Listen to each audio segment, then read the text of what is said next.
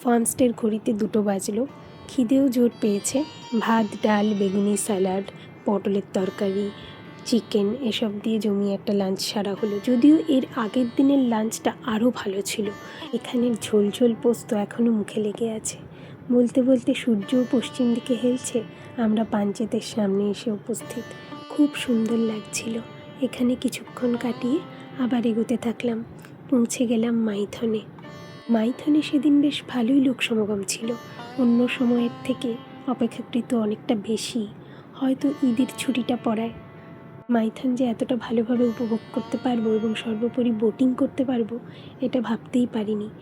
আমাদের ড্রাইভার দাদাই পথ দেখালেন, যেখানে অপেক্ষাকৃত ভিড়টা কম সেরকম একটা জায়গায় নিয়ে গেলেন। সেখান থেকে আমরা বোটিংয়ের সমস্ত বন্দোবস্ত সেরে বোটিংয়ের জন্য প্রস্তুত হয়ে নামলাম। আমরা স্পিড বোটে চলিনি। এই বোটগুলোতেই বেশ খানিকক্ষণ যাতে জলে কাটানো যায় সেই জন্য এখানে চেপে বসলাম।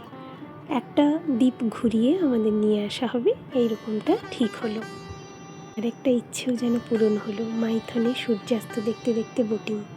আমার তো ভীষণ ভালো লাগছিল। আমাদের এই বোটিংটার খরচ পড়েছিল সম্ভবত 500 টাকা। একটা দ্বীপ ঘুরিয়ে নিয়ে আসবে। এই যে বলতে বলতে আমরা এই মাঝখানের দ্বীপটায় চলেও এসেছি। এখান থেকে আবার ফিরে যাওয়া। কিন্তু এই দ্বীপের কাছাকাছি এসে এবং ফেরার সময়ও কিছু কিছু জায়গায় যেহেতু স্পিডবোটগুলো খুব এলোপাথারি চলছিল এবং ভীষণ স্পিডে, যার ফলে এমন ঢেউ তৈরি হচ্ছিল যেটা সত্যিই মাঝে মাঝে ভয় ধরিয়ে দিয়েছিল। এবার আস্তে আস্তে বোটিং শেষের পথে ফেরার পালা। দিগন্তে অস্তমিত সূর্যকে প্রাণ ভরে দেখতে দেখতে এবার নামার পালা আমাদের। এখান থেকে আমরা গিয়েছিলাম মা কল্যাণেশ্বরীর মন্দিরে।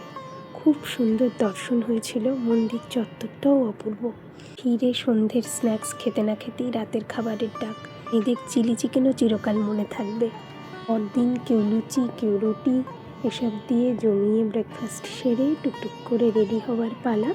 এবারের মতো বরন্তী তথা মানভূম কেশরীকে টাটা বলার পালা। তবে এদের আতিথেয়তা, এদের আন্তরিকতা চিরকাল মনে থাকবে।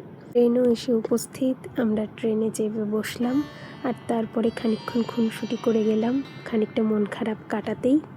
এবারের বাড়ানোর গল্প এখানেই শেষ হবে। তবে যেটা ভালো কথা, এবারে বন্দে ভারতের লাঞ্চ আমাকে খুব একটা আশাহত করেনি, এটাই রক্ষে।